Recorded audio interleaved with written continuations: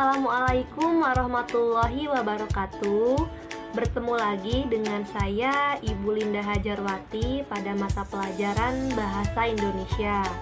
Nah, kali ini kita akan membahas materi baru pada bab 3 kelas 10 semester 1, yaitu tentang teks anekdot. Sebelumnya kita berdoa dulu ya. Berdoa dimulai.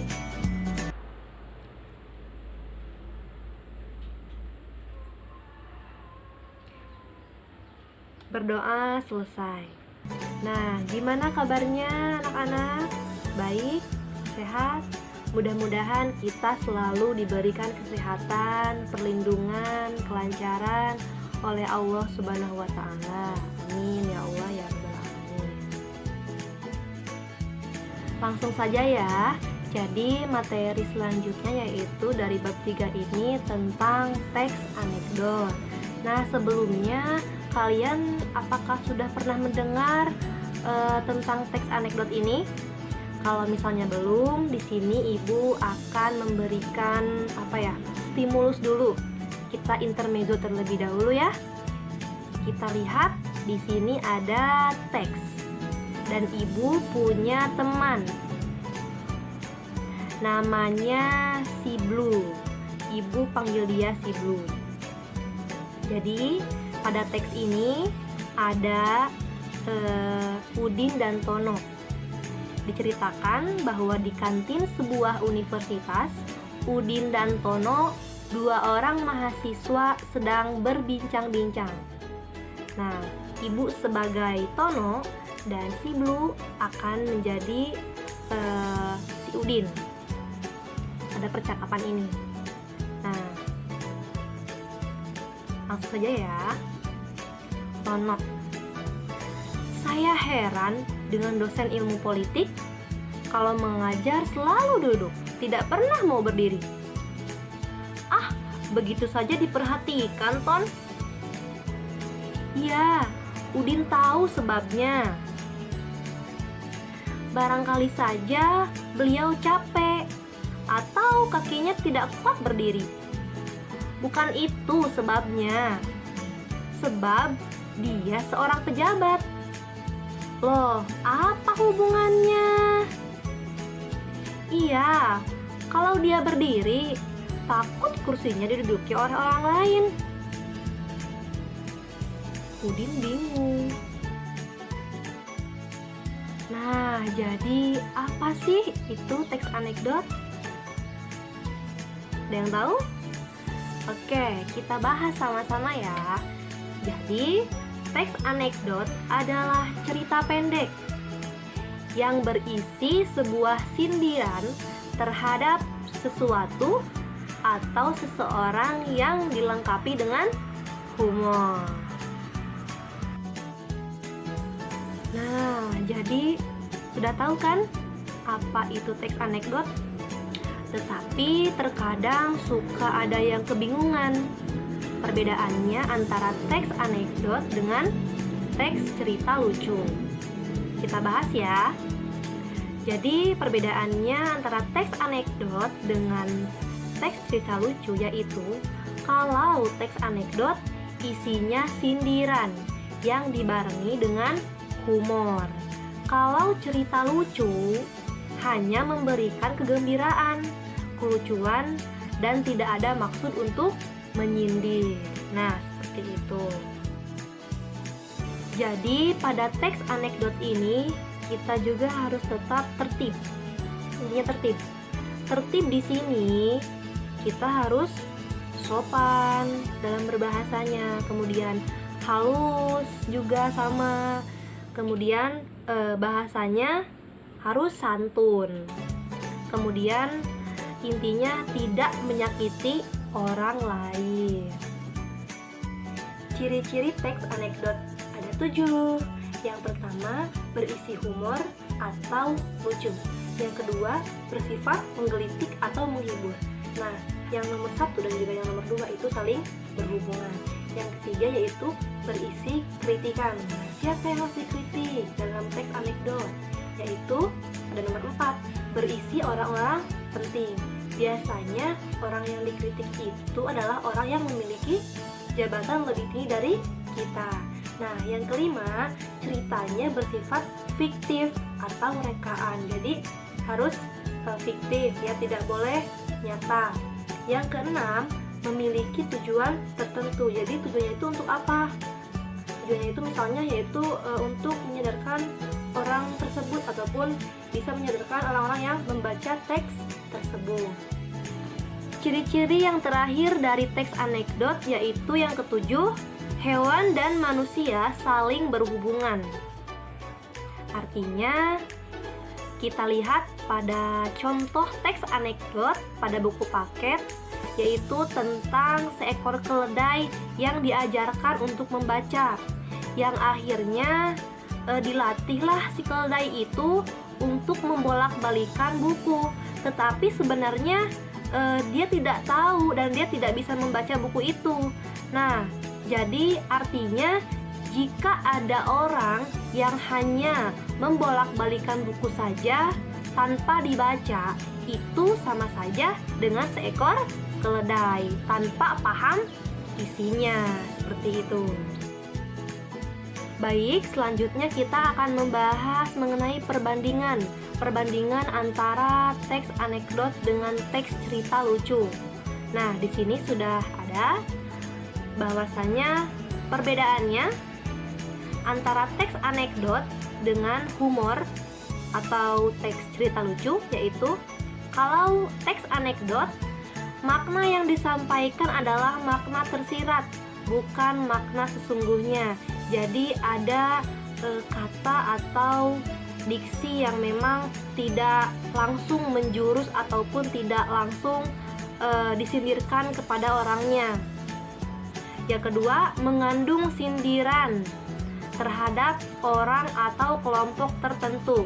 Itu sudah jelas bahwasannya tadi juga pada ciri-ciri itu mengandung sindiran. Yang ketiga, topik yang dibahas mengenai hal yang berkaitan dengan halayak ramah atau berkaitan dengan masyarakat umum, jadi luas ya. Untuk cerita lucu atau humor, di sini yang pertama makna sebenarnya, yang kedua hanya merupakan hiburan semata, jadi hanya memberikan hiburan saja, memberikan kelucuan saja kepada si pembaca. Yang ketiga, topik yang dibahas berkaitan dengan kehidupan sehari-hari, jadi bersifat umum. Intinya, untuk teks cerita lucu atau humor itu hanya sebatas menghibur. Nah, setelah kita mengetahui perbedaan antara teks anekdot dan teks cerita lucu atau humor, kita juga harus mengetahui persamaan antara teks anekdot dan juga teks cerita lucu. Nah, di sini ada 3. Yang pertama, sama-sama mengandung humor atau kelucuan. Yang kedua, sama-sama berupa cerita rekaan atau khayalan atau fiksi. Yang ketiga, walaupun ide anekdot diambil dari kisah nyata, tetapi sama-sama cerita rekaan, dan itu dikemas dalam bentuk fiksi dan juga ditambah dengan cerita khayalan. Nah, cerita dalam anekdot ini disajikan dengan berbagai cara. Misalnya, mengganti nama tokoh. Nah, diganti ya nama tokohnya. Kemudian nama tempatnya bisa kita ganti ataupun waktu yang sama. Struktur teks anekdot ada 5 ya. Yang pertama ada abstraksi. Yang kedua ada orientasi. Yang ketiga ada krisis. Yang keempat ada reaksi, dan yang kelima ada koda. Nah, kita akan bahas sama-sama ya. Abstraksi yang pertama. Abstraksi yaitu pendahuluan yang menyatakan latar belakang atau gambaran awal tentang cerita tersebut. Yang kedua, orientasi, bagian cerita yang menyebabkan konflik atau peristiwa utama. Nah, yang ketiga, ada krisis atau komplikasi, yaitu inti dari cerita anekdot. Yang keempat, ada reaksi. Nah, reaksi ini yaitu merupakan tanggapan terhadap cerita krisis. Yang kelima, ada koda. Koda ini adalah bagian akhir dari cerita anekdot. Selanjutnya yaitu tentang kaidah kebahasaan teks anekdot. Di sini ada 6 unsur kebahasaan ya. Yang pertama, kalimat yang menyatakan peristiwa masa lalu. Contoh kalimatnya, pada puncak pengadilan korupsi politik di sebuah universitas telah terjadi perbincangan antara 2 orang mahasiswa. Nah, di sana ada kata telah. Nah, kata telah di sana artinya yaitu kalimat yang menceritakan ataupun menyatakan peristiwa masa lalu. Selanjutnya kita harus mengetahui pola ya, pola penyajian teks anekdot. Di sini ada 2. Yang pertama, narasi atau dialog. Nah, teks anekdot ini bisa berupa ataupun bisa seperti narasi ataupun dibentuk seperti dialog. Yang kedua, menggunakan kalimat langsung. Nah, kalimat langsung ini yaitu kalimat hasil kutipan dari pembicaraan seseorang yang sama persis seperti yang dikatakan. Ciri-ciri kalimat langsung, yang pertama, diawali dan diakhiri dengan tanda petik. Yang kedua, huruf awal setelah petik ditulis dengan huruf kapital. Yang ketiga, antara pembicara dengan dialog dipisahkan dengan tanda titik 2.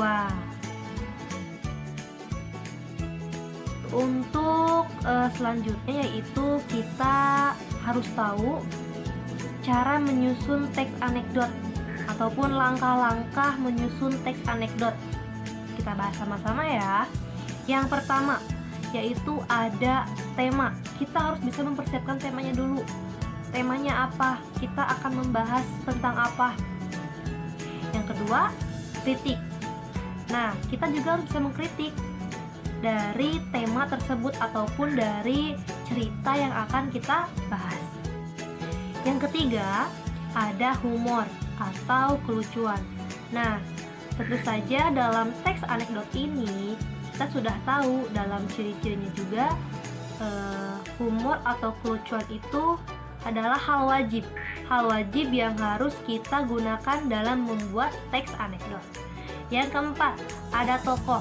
Nah, dalam teks anekdot ini kita harus bisa mencantumkan tokoh ataupun orang yang memang berperan dalam teks tersebut, karena di dalam teks tersebut akan ada percakapan ataupun akan ada kalimat langsung yang memang akan diucapkan oleh tokoh tersebut.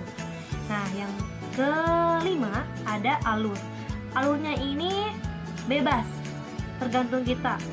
Yang penting intinya teks ini harus bersifat humor, lucu, dan juga bersifat hal yang memang bisa menyadarkan seseorang. Yang keenam ada pola penyajian. Nah, tadi kita sudah tahu ya bahwasanya pola penyajian dalam teks anekdot ini ada 2. Yang pertama ada secara narasi dan juga secara dialog. Nah, yang ketujuh adalah teks anekdot. Jadilah teks anekdot tersebut setelah kita mengetahui langkah-langkahnya seperti apa, ciri-cirinya seperti apa, dan juga strukturnya seperti apa, kita diusahakan bisa membuat teks anekdot tersebut.